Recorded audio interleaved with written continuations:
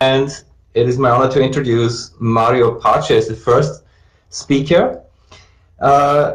He is a resident senior lecturer at the Faculty of Education of the University of Malta and has long experience in the formation of future teachers of Italian as a foreign language, and works also in close collaboration with the Ministry of Education and Employment in Malta. And today he is going to speak about field placement, a tool for reflection in language teacher training.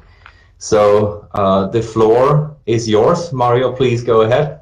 Thank you. Good morning, everybody. I'll just upload my presentation.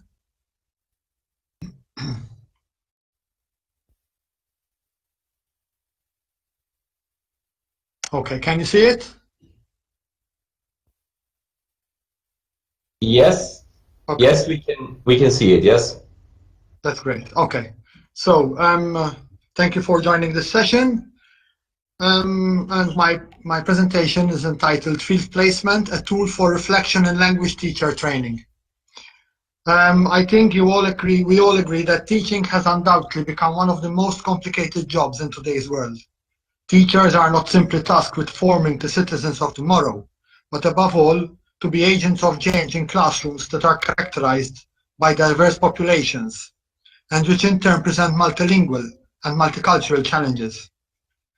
Teachers, as well as students, bring into the classroom their own personal cultures, institutional cultures, and even cultures from specific social realities.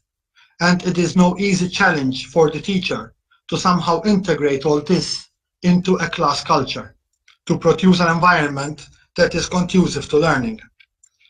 This means that future teachers are to be prepared not only with knowledge in their discipline, but also with the ability to assume multiple roles in a multicultural society. This also explains why student teachers and newly qualified teachers consider classroom management to be the biggest challenge they have to face. Many, if not most, of novice teachers complain that their teacher training university course did little to prepare them for the realities of different classroom situations, including dealing with diverse and at times unruly students, and often feel overwhelmed once they enter class. Consequently, teaching demands broad knowledge of subject matter, curriculum and standards, enthusiasm, a caring attitude, and the love of learning, knowledge of discipline and classroom management techniques, and much more. With all these qualities required, it is no wonder that teacher training has become a very difficult mission to accomplish. Even more so, with our aim as teacher trainers is to make of our student teachers reflective practitioners. Petova and Khatun Malik argue that the objective of reflective practice in teaching is to ensure a more precise and meaningful understanding of a situation and to provide effective, applicable actions for strengthening performance. This embraces the concept of the teacher as a learner and the teacher as a professional.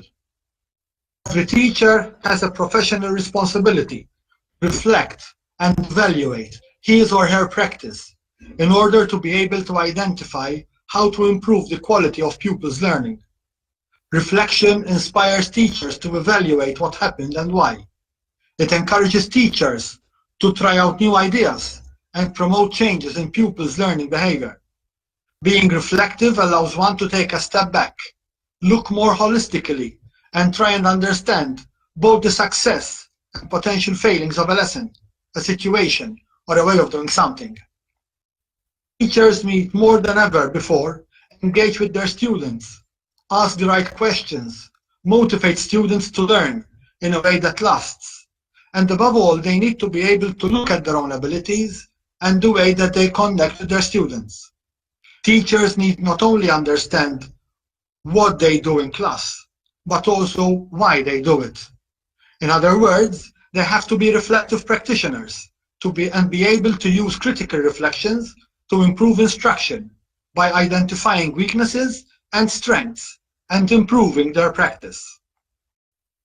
Reflective teaching implies a systematic process collecting, recording, and analyzing one's own thoughts and observations, as well as those of the students in class, that will then lead to making changes. It is a cyclical process through which, once changes start being implemented, the reflective and evaluative cycle is activated, leading to reflections on whether we need to do something in a different way, or simply decide that what we are doing is in fact the best way of doing it. And this, after all, is what professional development is all about, and explains why teacher educators should facilitate the reflection process and promote opportunities for student teachers to engage in reflective conversations and reflect on their teaching experiences. Reflection is a highly valued attribute of effective teachers, for without a disposition to reflect on their performance, teachers are less likely to improve their practice or to be able to see the links between theory and practice. To enhance competence and improve professional development, teachers must reflect critically on the actions performed in instruction. Reflective teaching means looking at what one does in the classroom, thinking about why she or he does it, and thinking about if it works. A process of self-observation and self-evaluation. By collecting information about what goes on in the classroom, and by analyzing and evaluating this information, the student teacher identifies and explores his or her own practices and underlying beliefs. Several studies show how the single most important factor determining the quality of the education a child receives is the quality of the teacher.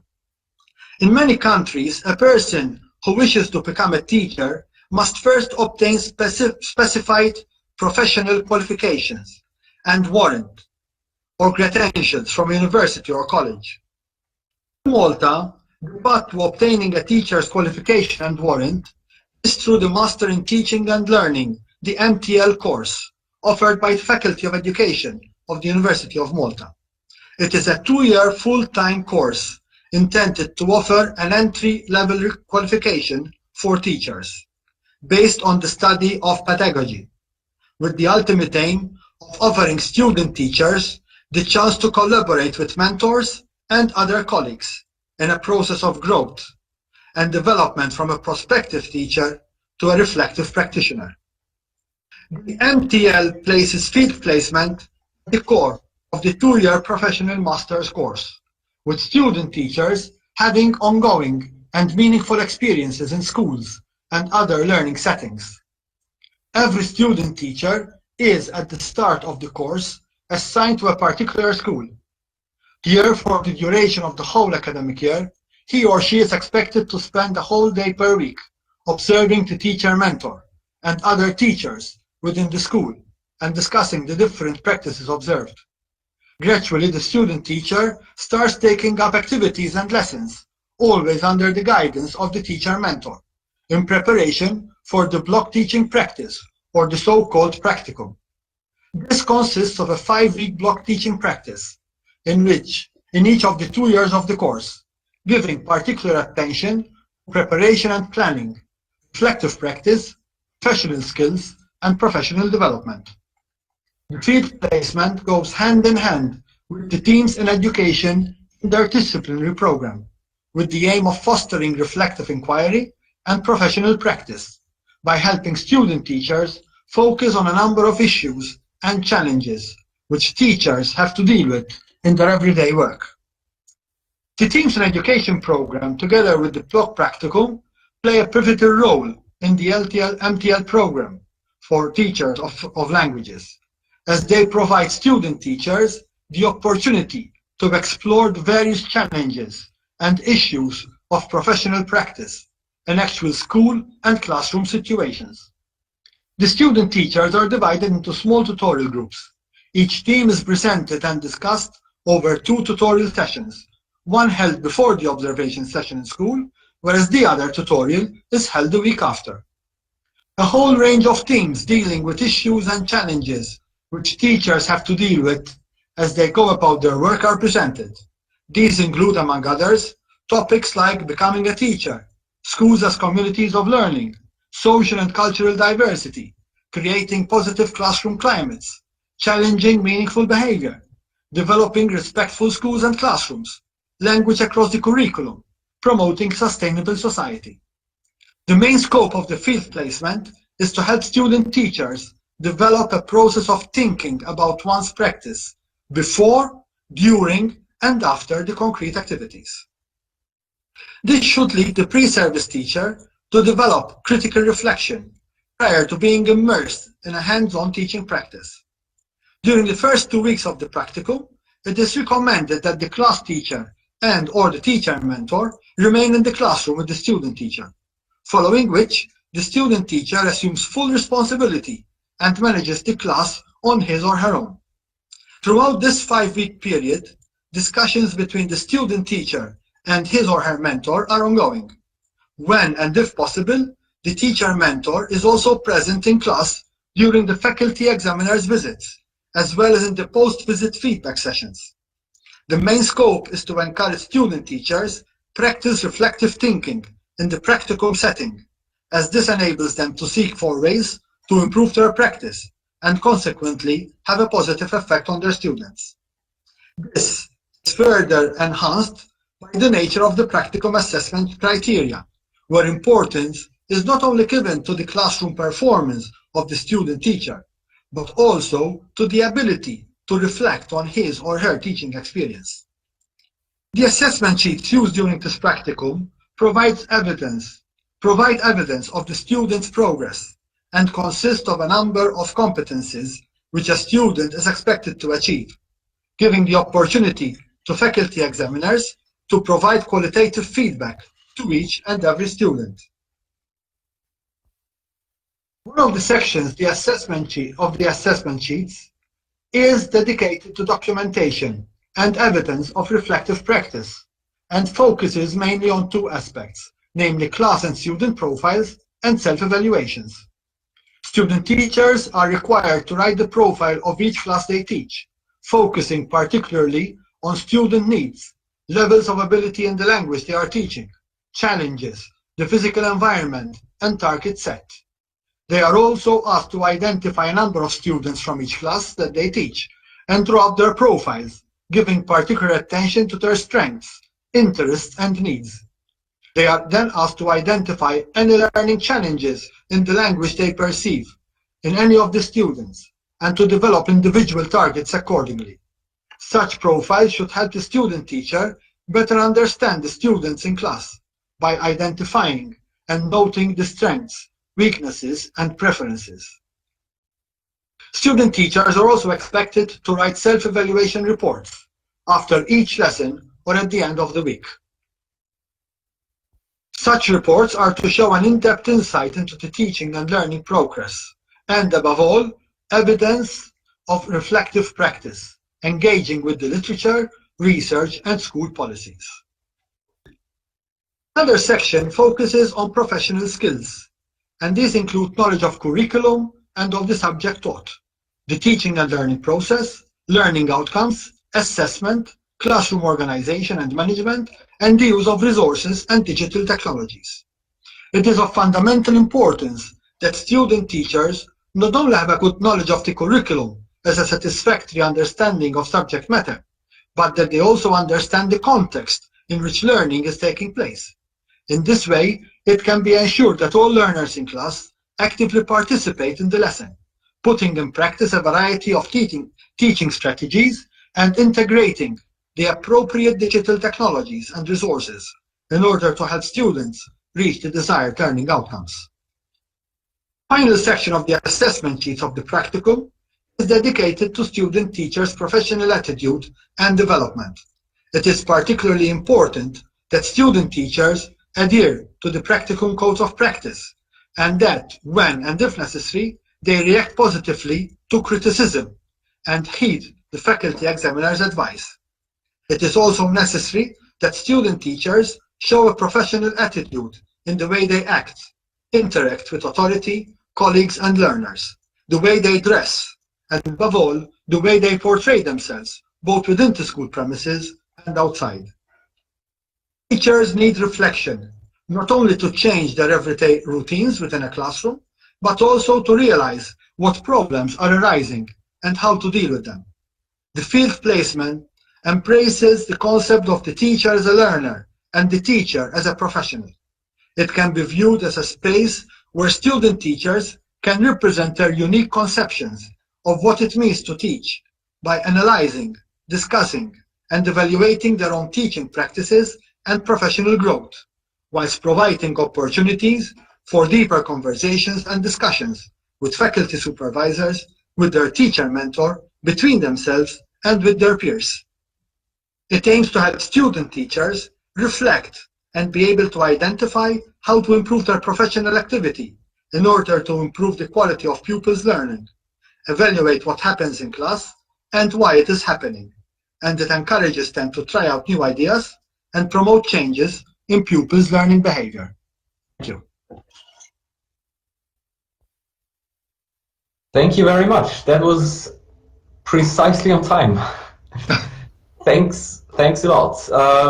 Let me ask the participants if there are any questions.